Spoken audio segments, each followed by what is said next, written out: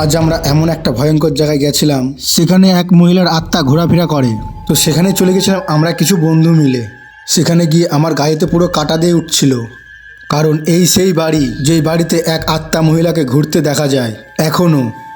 তো সেই বাড়িতে চলে গেছিলাম আমরা কিছু বন্ধু মিলে। এই বাড়িতে গিয়ে তো আমার হাত পা পুরো কাটা দিয়ে উঠছিল, কারণ এই বাড়িতে নাকি এক মহিলার আত্মা এখনো ঘোরাফেরা করে।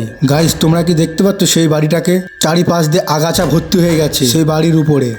দেখে যা ভাবলাম এই বাড়িতে বহু বছর ধরে কোনো মানুষ যাতায়াত করে না। তবুও আমরা ভয় না পেয়ে সেই বাড়িতে চলে গেছিলাম। সেই বাড়িতে যেয়ে দেখছি বিভিন্ন রকমের জিনিসপত্র বাড়িতে ছড়িয়ে ছিটিয়ে আছে। সেইগুলো দেখে তো আমার ভীষণ ভয় লাগছিল। তো ওখানকার একটা মানুষের কাছ থেকে শুনে দেখবো এই বাড়িতে কেন এখন কেউ বসবাস করে না। ঘরে রাত হলে নাকি কিসের আওয়াজ শোনা যায়। তাই বহুত দিন ধরে একটা মহিলা বাস করতো ওই জায়গা। হ্যাঁ করার পরে তা ছেলেপেলে ছেড়েতে সব চলে গেছে, যে হঠাৎ একদিন মারা যায় মহিলাটা।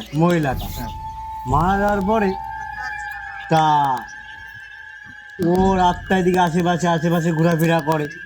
ও, তুমি কি দেখেছো সেই আত্মা? দেখিনি আমি, তবে শুনেছি নাকি মানে ভীষণ- পাড়া প্রতিবেশীর কাছে? হ্যাঁ, পাড়া প্রতিবেশীর কাছে ভীষণ ভয়ঙ্কর নাকি সে। তা সে নানান ভয় দেখাতো সব, হ্যাঁ। নানান মানে রূপে। ভয়টা কখন দেখাতো? ঠিক রাত 10টার পর থেকে।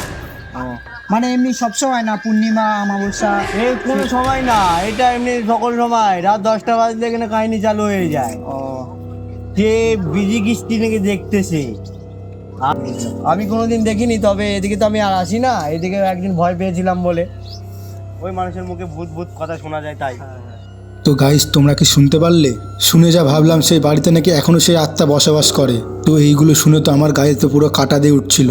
তারপরে বেশি দেরি না করে সেই বাড়ির থেকে আমরা চলে আসলাম, কারণ সেই বাড়িতে এখনো সেই আত্মা ঘোরাফেরা করে। গাইস, তোমরাই বলো ওই বাড়িতে যাওয়া কি আমার ঠিক হয়েছে? কমেন্ট করতে কেউ ভুলো না।